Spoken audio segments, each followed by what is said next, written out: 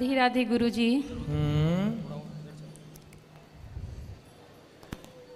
गुरुजी, मेरी शादी 2015 में हुई थी। हाँ। 19 में मेरे पति चल गए। 15 में शादी हुई जी। और 19 में क्या हुआ? डेट कर गए। उसके वो नौकरी करते थे, रेलवे में कांस्टेबल थे। जी।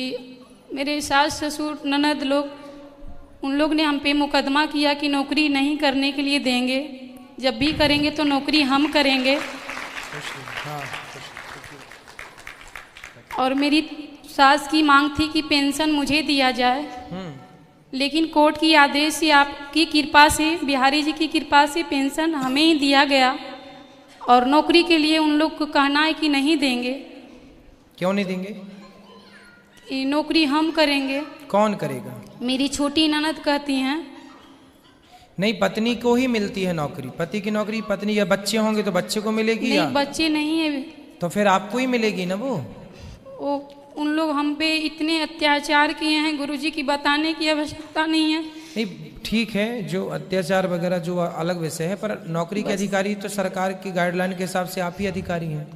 इस बार फाइनल होने वाला है गुरुजी, इसी माह में आशीर्वाद दीजिए कि कोर्ट से जीत हो जाए। तो बिल्कुल जीत आपकी होगी। सरकारी एविडेंस जो कहते हैं वो तो यही कहते हैं कि भाई पत्नी ही अधिकारी होती है। गुरुजी, तो आप वकील से बोलिए कि वो, जज से आप बोलिए डायरेक्ट। जी, वो बोले सब लोग कि आपका ही होगा, जीत होगा, जब भी होगा तो आपका ही होगा। हाँ, ननद का क्यों होगा? ननद क्यों लगेगी नौकरी? और मेरे घर में गुरुजी अकाल मृत्यु हर 4 साल पे हर जगह ननद काहे उंगली करती है? नौकरी भी उसी को चाहिए। गुरुजी, कई बार ने हम बैठक भी करवाए हैं कि हम कहाँ जाएंगे, मेरी पूरी जीवन पड़ी है। मेरे पिताजी भी नहीं है गुरुजी, नहीं भाई है, मैं केवल अनाथ हूँ गुरुजी। नहीं, अनाथ नहीं बेटा, ऐसा कभी मत बोलो कि हम अनाथ हैं। हम में से कोई भी कभी भी अनाथ नहीं है। हम सबके नाथ जगन्नाथ हैं। गुरुजी, मेरे घर में हर 4 साल पे अकाल मृत्यु हो जाती है। मेरे इस बार चाचा की लड़का। पति की कैसे मृत्यु हो गई अचानक? क्या हो गया? पति बहुत शराब पीते थे गुरुजी। उसके बाद में उन्होंने, लोग कहते हैं कि पॉइजन अपने से खा लिया है। बहुत सारी चीज ऐसा हुआ गुरुजी, लेकिन इसका कभी पुष्टि हुआ ही नहीं कि वो क्या किए। चलो, हम मम्मी का हार्ट का ऑपरेशन था, उसी में हम थे, पटना IGMS में थे। उसके बाद उन लोगों ने जो करना था सब मेरे साथ कर रहे हैं।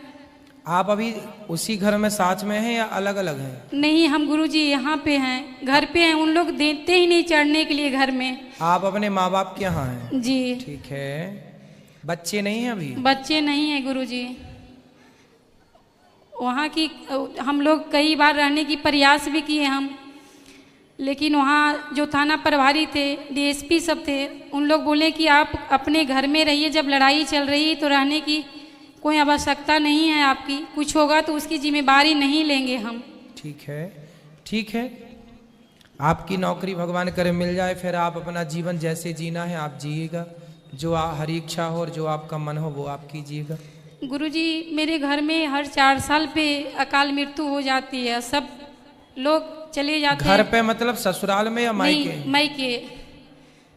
तो मायके में मृत्यु हो जाती है तो अपने पिताजी से बोलिएगा कि वो अपने पितरों के लिए कुछ कार्य कराएं। पिताजी नहीं है गुरुजी। तो भाई? भाई भी नहीं है गुरुजी। फिर माँ? माँ मेरी है गुरुजी। तो फिर आप बेटी अकेली बहन हो? नहीं, हम 4 बहन है गुरुजी। तो फिर आप बहनें हम करते हैं, पितृ तर्पण करते हैं जाके वहाँ पे गया जी में। हाँ, तो ठीक है, आपने किया है तो ठीक है। फिर आप बेटियां ही कर सकती हैं उनके लिए, अपने पिता, अपने दादा, सबके लिए कर सकती हैं। आप बेटियां कर सकती हैं। गुरुजी, आशीर्वाद दीजिए कि मेरा जॉब हो जाए गुरुजी। हो जाएगा, भगवान के आश्रित रहिएगा और भगवान के चरणों में मन लगाइएगा बस। ठीक, धर्म न छोड़िएगा, खुश रहिएगा। हाथ जोड़ विनती करूं, सुनियो चित्त लगाए, दास आ गयो शरण में, रखियो इसकी लाज। खुश रहिए। प्रश्न कर रहा था अब। हाँ मैया बोलो। प्यार है क्या चीज? प्यार क्या चीज है? बात कराओ माइक ए पास में लो पाठक। प्यार की परिभाषा क्या है? आप करती हो प्यार? हाँ। किससे? प्रभु से। हाँ, बस तो आप जानती होंगी प्यार करती हैं तो। ये लोग कहते हैं ना, हम इसने लड़की को देख लिया हमें प्यार हो गया, क्या इसे प्यार कहेंगे? ये वासना है। हाँ, इनको ये समझ नहीं आ रही, ये समाज कब सुधरेगा? मैं आपसे ये प्रश्न। अब ये लड़के हैं मैया, ये ना एक ये लड़का लड़की एक दूसरे के अटैचमेंट को ही प्यार मान लेते हैं। इतना क्या अट्रैक्टिव हो जाता है इंसान जो अपने आप को काबू में नहीं कर सकता। यही तो माया है, बड़े बड़े ऋषि मुनि गए हार। इतने स्वार्थ हो चुके हैं लोग दुनिया में, कब सीखेंगे? आप सिखाओ, छोरा बैठा तो है। मैं तो सिखाते ही मंदिर में। हैं? मंदिर में जब जाते हैं तो यही बताते हैं, वे स्वार्थ से मत जियो, भगवान से निस्वार्थ। देखो प्रेम जो होता है ना, निष्काम होता है, त्याग में और प्यार प्रेम होता है। भगवान से ही होता है। बाकी हाँ। संसार ठीक है व्यवहार के लिए। प्यार त्याग से होता है, त्याग करो, उसमें प्यार है। तत्सुखि सुखित्वम। प्यार की परिभाषा क्या है? प्रेम की परिभाषा है जहां निष्कामता आ जाए, कोई कामना। हाँ जी, हाँ जी। जहां व्यक्ति बिल्कुल। और देखो फिर एक बात आखिरी में बताऊं कि प्रेम केवल भगवान से ही हो सकता है। हाँ जी। संसार से जो होता है ना, झूठा, वो एक अटैचमेंट है, attachment। वो एक लगाव होता हाँ। है। जैसे जवानी में एक लड़की लड़के की तरफ आकर्षित होती है और लड़का लड़की की तरफ। चूंकि ये जवानी का दोष है, एक आकर्षण को लोग प्यार मान बैठते हैं। वो एक आकर्षण है। वो जवानी क्या होती है? गर्म होती है। जवानी क्या होती है? अंधी होती है। तो जवानी में एक आकर्षण बढ़ता है, उस आकर्षण को ही लोग प्यार मान लेते हैं, जबकि वह एक वासना है। जो लव मैरिज करते हैं, अभी वो लड़की है एक मेरठ वाली, उसने लव मैरिज की थी और लव मैरिज करके अपने पति को काट पीट के ड्रम में पैक कर दिया, ऊपर से सीमा डाल दी, जबकि लव मैरिज थी। क्या मतलब हुआ कि लव मैरिज थी तो ये स्थिति क्यों आ गई? क्योंकि वो लव जो है, जिसे आप प्यार कहते हैं, वो प्यार है नहीं, वो स्वार्थ है, वो एक अटैचमेंट है, वो एक शारीरिक लगाव है। उसे लोग प्यार मान बैठते हैं। इसमें गलती उनकी है जो प्यार मान बैठे। क्या स्वार्थ की भावना समाप्त होगी? है स्वार्थ की भावना समाप्त होगी। सत्संग करे कोई, भक्ति करे, तब ना स्वार्थ मिटे। सबका मिट पाना बड़ा कठिन है, किसी किसी का मिटता है। हाँ, जिसका मिटे वही प्रभु को पा लेता, वरना सब गोल गोल उलझे पड़े हैं। पुनरपि जननम पुनरपि मरणम पुनरपि जननी जठरे शयनम। जय जय श्री राम। गुरुजी राधे राधे। जी गुरुजी, मुझे तो गुस्सा भी आ रहा है, इतनी देर हो गई, हाथ हिलाते हिलाते सारा हाथ दुख गया। और ये भैया वीआईपी के डिपार्टमेंट में ही देते हैं माइक को। अरे सब ये वीआईपी नहीं, सब लोग एक से ही हैं। हम व्यवस्था खराब नहीं कर रहे हैं। तुम्हें शिकायत ही करनी है, प्रश्न करना है तो बताओ। हाँ गुरुजी, मेरा ये प्रश्न है कि हमें भगवान का कौन सा नाम जपना चाहिए जिससे भगवान ज्यादा प्रसन्न हो जाए? हाँ, क्या करोगी ज्यादा प्रसन्न करके? जैसे राधे राधे बोलें, या राधा राधा बोलें, या जय श्री राम बोलें, या श्रीमन नारायण बोलें। राधे राधे बोलते हैं तो ये लगता है कि कहीं श्री राम नाराज ना हो जाए। श्री राम बोलते हैं तो कहीं ऐसा लगता है कि कृष्ण कन्हैया नाराज ना हो जाए। अब करें तो करें क्या? हमें तो सारे भगवान के नाम भी नहीं पता। सर आप ही बताइए हम क्या करें? कितने भगवान होते हैं? 33 करोड़। किसने बोला ऐसा? ऐसा ही बोला है कि 33 करोड़ देवी देवता होते हैं। कौन बोल रहा था ऐसे? ऐसा ही सुनते 33 आए। करोड़ देवी देवता होते हैं, तो देवी देवता और भगवान में अंतर है कि नहीं? देवता और भगवान ये एक ही हैं कि अलग अलग हैं? आप बताओ गुरुजी, हमें जानकारी नहीं है। देवता अलग होते हैं, देवताओं के राजा इंद्र हैं जी। देवता अलग हैं और भगवान अलग हैं। देवता 33 कोटि होते हैं, मीन्स 33 प्रकार के कह सकते हो या करोड़ कह सकते हो, लेकिन भगवान एक होते हैं। भगवान कितने होते हैं? एक। अच्छा ये बताओ, आप एक ही हो ना? जी। आपके पिताजी आपको क्या कहते हैं? बेटी। और भाई? बहन। शादी हो गई? हाँ जी। पति क्या बोलते हैं? पति तो गाली दे के ही बोलते हैं। क्या गाली दे के बोलते हैं? वो तो ऐसे ही बोलते हैं, बस अब गाली मैं दे नहीं सकती ना सबके सामने। तो गाली के आगे क्या बोलते हैं आपको? प्रिय बोलते हैं, पत्नी बोलते हैं, क्या बोलते हैं? कुछ नहीं सर, डायरेक्ट। ठीक है, तो आप शिकायत बहुत करती हो ना, इसलिए गाली देते हैं। अच्छा ये बताओ, आपका बेटा है? मेरे 2 बेटे हैं। क्या बोलते हैं वो आपको? मम्मी।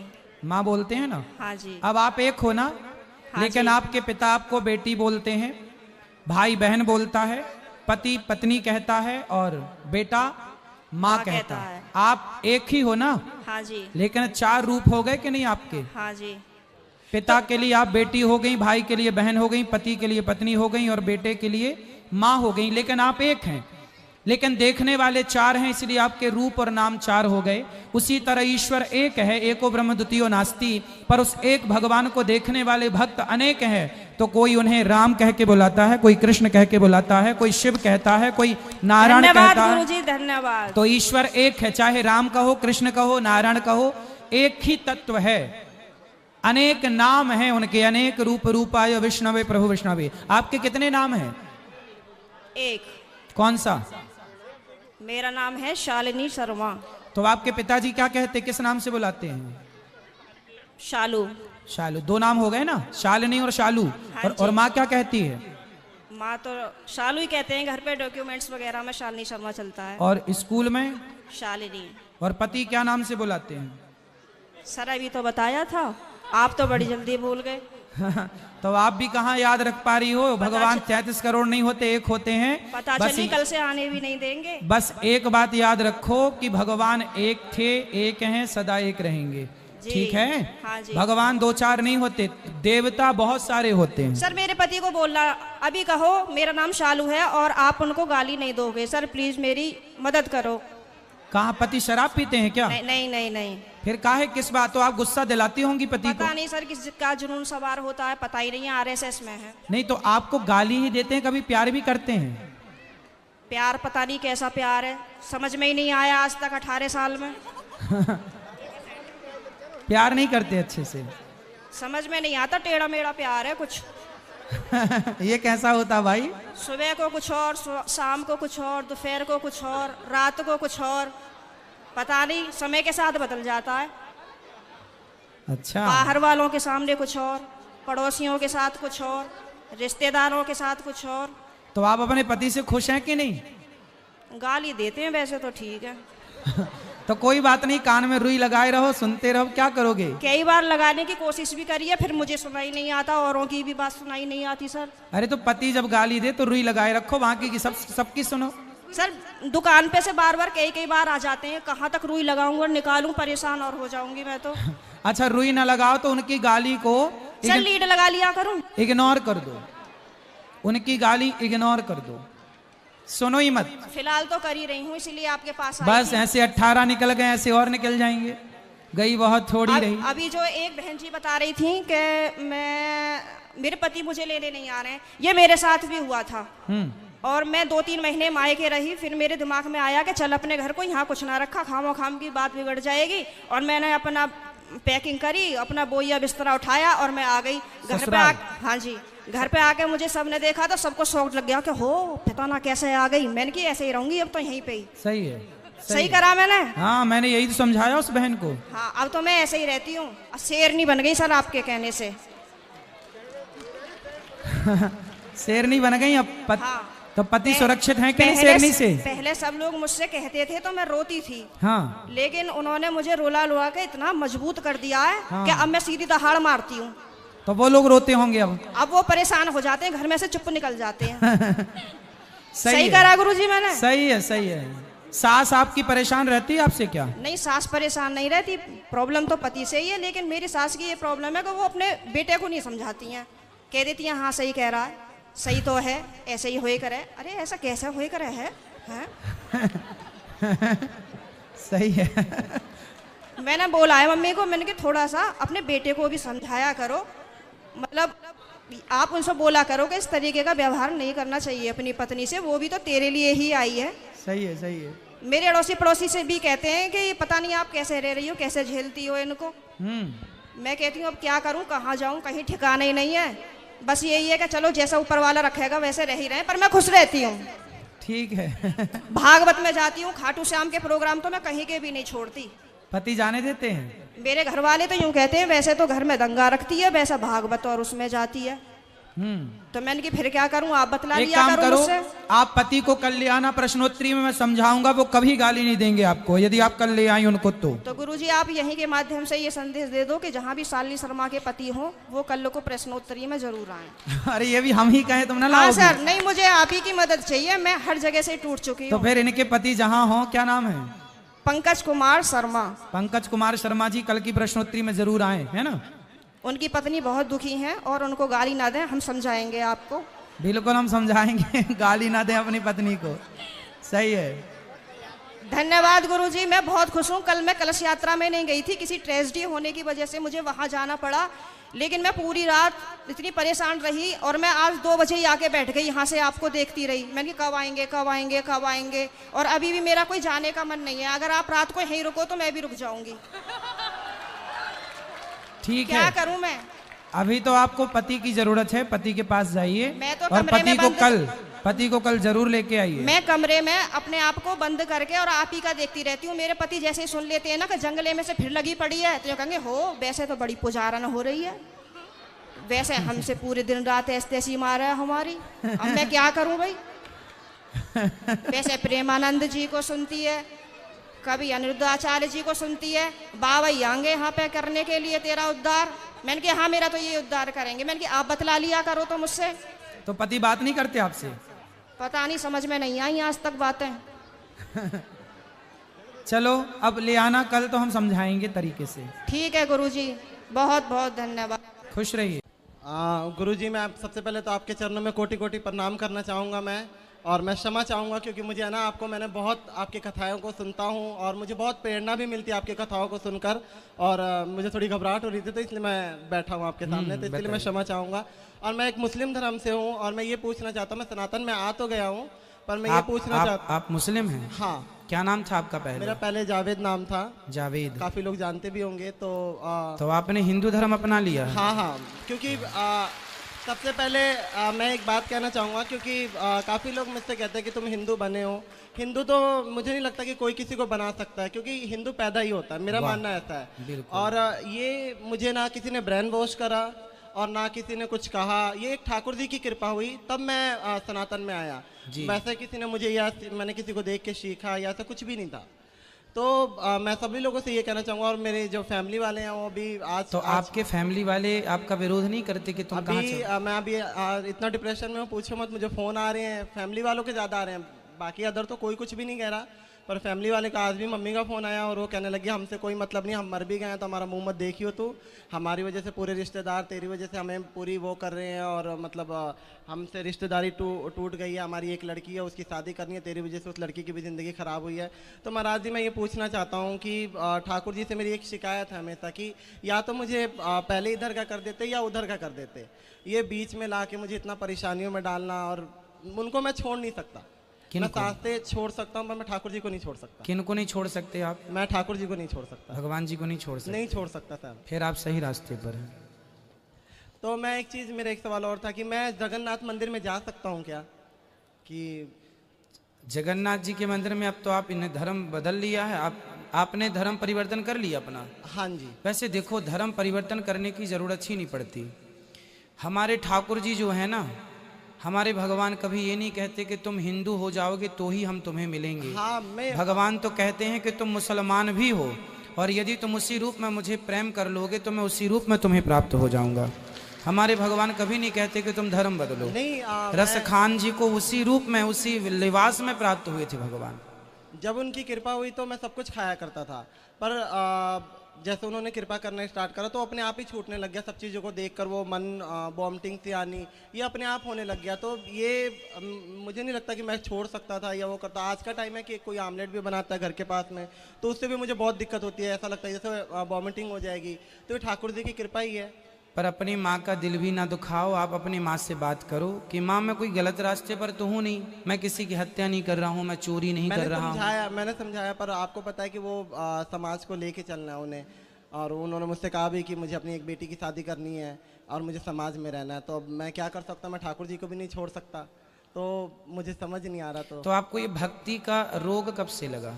मैं बहुत छोटा था। मेरी जो परवरिश हुई है वो मेरी नानी के घर पे हुई है। अच्छा। तो नानी के जाने के बाद मामा मामी दिल्ली लेकर आए, उन्होंने मुझे 11 साल की एज में काम पे लगा दिया। तो मुझे तो काम वाम का पता नहीं था, मैं वहाँ बैठा रोता था। तो मेरे ख्याल 2012 1 साल बीत गया, समय ऐसा बीत जाता और पता भी नहीं लगता और आदत पड़ जाती है उस चीज़ को झेलने की। तो वहाँ पे एक पन्नी आया करती थी, मतलब जैसे हम लोग ये आटा चावल वगैरह पैक करते हैं ना, तो वो पन्नी आया करती थी। तो उसमें कृष्णा पन्नी के नाम से आया करती थी और उसमें छोटी सी कृष्ण जी की छवि छपी हुई थी। उन्होंने हाथ में मुरली रखी, मुझे पता नहीं था उस टाइम पे कृष्ण क्या है और मुझे बिल्कुल भी इस चीज़ का अंदाज़ा नहीं था। तो मुझे बार बार ऐसा लगता ना कि कुछ टाइम बाद कि वो मुझे देख रहे हैं, वो कभी इशारे कर रहे हैं। तो मैं आंटी को बोलूँगा, आंटी ये देखना, ये जो फोटो बनी मेरे को देखता है और कभी कभी इशारे करता है। तो आंटी कह रही, तो मतलब उन आंटी को लगता था कि बच्चा है या वैसी पागलपंती वाली बात है, ऐसा कुछ भी नहीं होता। वो मुझे बार बार कहती, मैंने कहा आंटी आप जाओगे फिर ये ऐसे ही होगा। और कई बार मैं दोपहर की रोटी खाता था तो मुझे ऐसा लगता है जैसे मुझसे कह रहे कि मुझे भी भूख लगी है, मेरे को भी दे।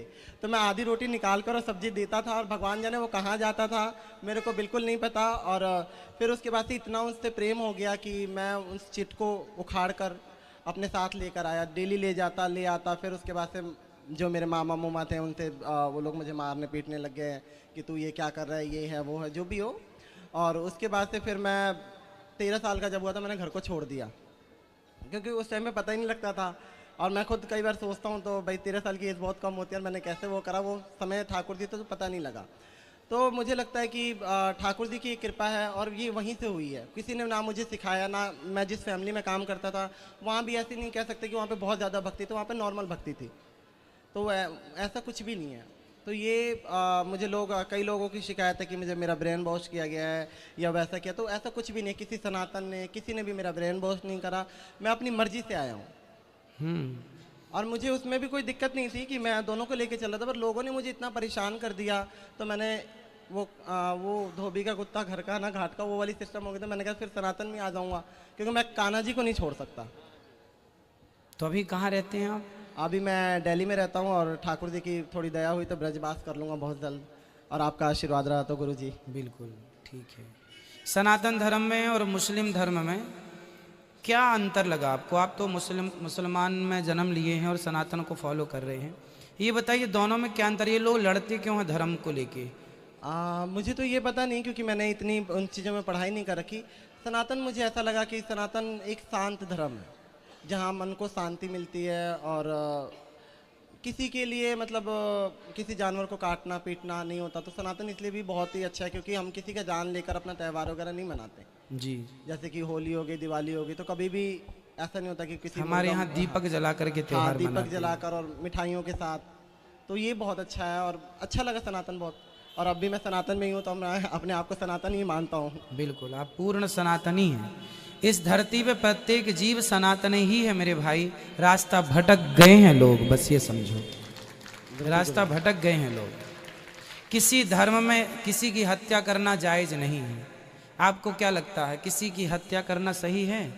नहीं, ये तो बिल्कुल गलत बात है, क्योंकि धर्म को अगर वैसे भी लेके चलें तो धर्म को ना के लेकर भी चले तो लोग एक्चुअली बहुत सनातन जो लोग खाते हैं उनसे भी मेरा वो चाहे जो भी खाए वो, क्योंकि जान सबके अंदर होता है। मैं पहले छोटा था तो मैं जाया करता था मुर्गे की शॉप पे, तो वहाँ एक मुर्गा इतना तड़पता है कि उसको देखकर अब जब देखता हूँ तो मुझे ऐसा लगता है कि भाई क्या हो रहा है ये उसके साथ। वो इतना तड़पता है, अगर कोई जाके उसको करता हुआ देख लेना, मैं लोगों को कहता हूँ कि छोड़ दो तो लोग कहते हैं कि हम थोड़ी ना काट रहे हो, तो वो काट रहा है। तो सर गुरुजी मैं चाहूँगा इसके ऊपर भी कुछ आप बताएं कि जो लोग ये कहते हैं हम नहीं काट रहे हैं वो काट रहा है, हम जान नहीं ले रहे हैं। भाई पर आपके कारण ही तो वो मर रहा है। हाँ, आप ग्राहक बन करना जाते तो उसकी हत्या ना होती। तो मेन जिम्मेदार हत्यारे तो वो ही हैं जो ग्राहक बन के गए हैं, और असली हत्यारे वो हैं। मेरा एक सवाल और भी है कि बहुत हमारे सनातन लोग हैं जो इन लोगों को किराए पे दे देते हैं, जो मुर्गा मर्गा काटते हैं, जो भी धर्म से मुझे नहीं पता, पर उनके लिए भी कुछ आप मतलब उनको इस चीज़ का पाप लगेगा नहीं लगेगा? बिल्कुल पाप तो देखो किसी की, हमारे सनातन धर्म में तो लिखा है अहिंसा ही परमो धर्मा। हमारे यहाँ तो चींटी को भी आटा डाला जाता है, कुत्ते को रोटी, गाय को रोटी निकाली जाती है। जीव मात्र की रक्षा करना, जीव मात्र की सेवा करना। हमारे यहाँ के राजा हुए हैं जिनका नाम है राजा शिवी, जिन्होंने एक पक्षी के लिए अपने शरीर का बलिदान दे दिया था, काट करके दे दिया था। एक पक्षी की रक्षा के लिए उनकी गोद में एक पक्षी उड़ के आ गया, तो जिसने पकड़ा था उसने कहा ले दो हमें, हम इसको खाएंगे। अब राजा ने कहा मेरी शरण में आ गया, मैं नहीं दे सकता।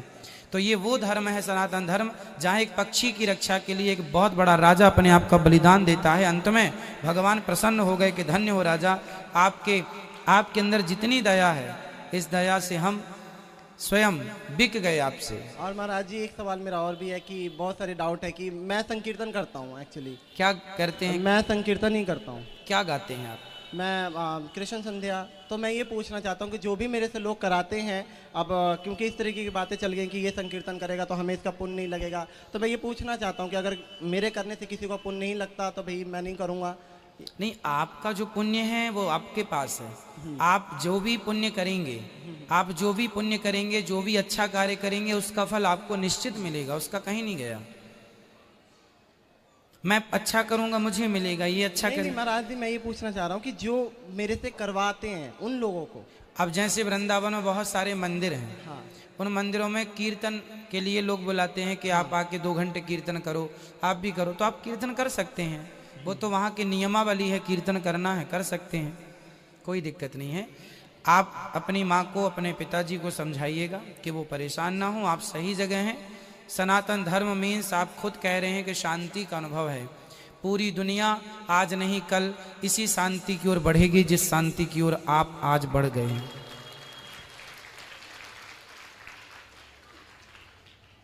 ठीक है, और कोई सवाल आपका? नहीं गुरुजी, मैं एक छोटा सा भजन आपके दरबार के लिए गाना चाहूँगा। हाँ हाँ, गाइए।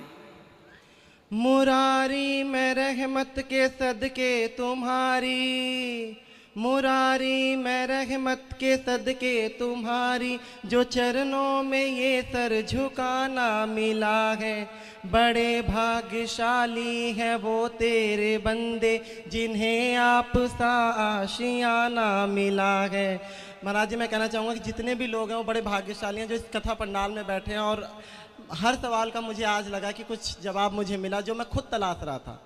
तो इसके लिए मैं बहुत बहुत आपका धन्यवाद करना चाहूँगा। राधे राधे, जय श्री कृष्णा सभी को।